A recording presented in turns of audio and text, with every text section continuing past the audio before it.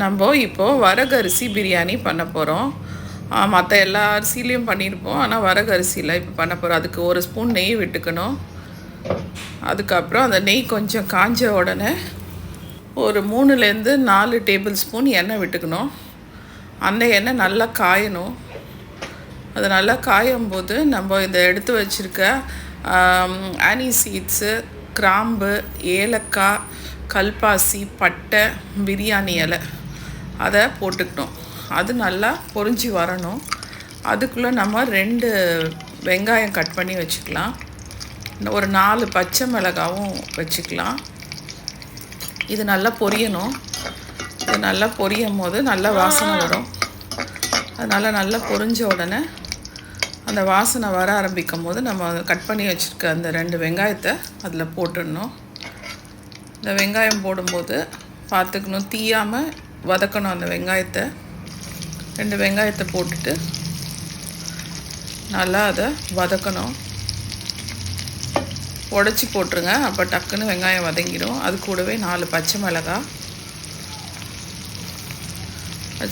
போட்டுட்டு நல்லா ஃப்ரை பண்ணிக்கணும். அது கூட கொஞ்சம் சால்ட்டு போட்டிங்கன்னா ப்ரௌன் ஆகிட்டு டக்குன்னு வெங்காயம் வதங்கிடும். அதுக்காக தேவையான அளவுக்கு சால்ட்டு போட்டுட்டு நல்லா அது வெங்காயத்தை வதக்கணும். வெங்காயம் ஓரளவு நம்ம அந்த பிரியாணிக்கு வதங்குற மாதிரி வதங்கணும்னு அவசியம் இல்லை, ஓரளவு நல்லா வதங்கினா போதும். அது கூட 1 டேபிள் ஸ்பூன் இஞ்சி பூண்டு பேஸ்ட்டு போட்டுக்கணும். இதெல்லாம் நான் சொல்கிறது ஒரு சின்ன கிளாஸோட அளவுக்கு வரகரிசி எடுத்து நம்ம ஃபஸ்ட்டே ஊற வச்சிடணும். புதினா போட்டுக்கணும். புதினா நல்லா வதங்கணும். 1 கிளாஸ் வரகு அரிசியை ஒரு 10 மினிட்ஸ் தண்ணியில் ஊற வச்சுக்கிட்டிங்கன்னா போதும்.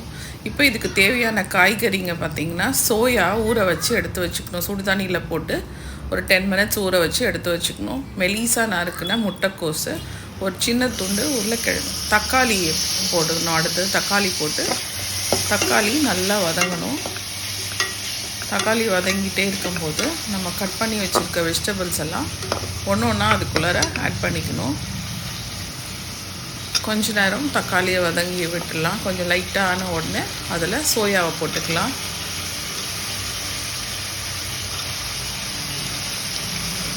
கேரட்டு, ஒரு சின்ன பீஸ் உருளைக்கிழங்கு, பச்சை பட்டாணி, கொஞ்சமாக காலிஃப்ளவர், ஒரு 2 பூ காலிஃப்ளவரை குட்டி குட்டியாக கட் பண்ணி வச்சுக்கணும். கொஞ்சமாக முட்டைக்கோஸு,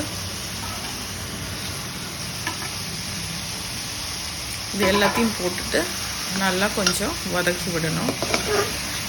காய் லைட்டாக வதங்கணும். நம்ம போட்டிருக்கிறதுலையே காய் வதக்கும் போதே நல்லா எல்லாத்தையும் கலந்து வதக்கிடணும். காய் வதங்கிட்டு வருது, ஓரளவுக்கு காய் வதங்கிடுச்சு. இந்த நேரத்தில் தயிர் போடலாம். 2 டேபிள் ஸ்பூன் தயிர் போட்டுக்கலாம். நம்ம பிரியாணிக்கு போடுற மாதிரியே தான், ஆனால் எல்லாமே கொஞ்சம் கொஞ்சமாக போடணும். 1 டேபிள் ஸ்பூன் பிரியாணி மசாலா போட்டுக்கணும். நான் ஆச்சி பிரியாணி மசாலா போட்டிருக்கேன். உங்களுக்கு என்ன மசாலா வேணுமோ நீங்கள் போட்டுக்கலாம். ஒரு சின்ன பீஸு லெமன் எடுத்து அதில் பிழிஞ்சு விட்டுடணும்.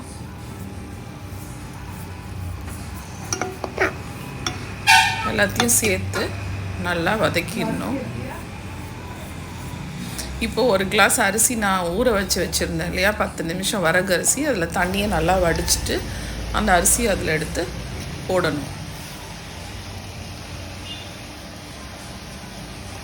தண்ணி இல்லாமல் அதில் தண்ணி இல்லாமல் பார்த்து அதில் போட்டுக்கோங்க.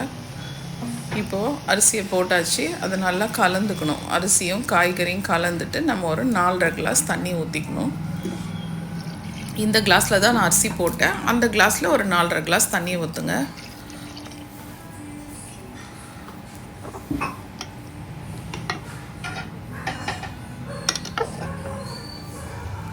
மேலே கொஞ்சம் புதினா போட்டுக்கலாம். இன்னும் கொஞ்சம் புதினா பேலன்ஸ் வச்சுருந்த புதினாவை கொஞ்சம் மேலே போட்டுக்கலாம்.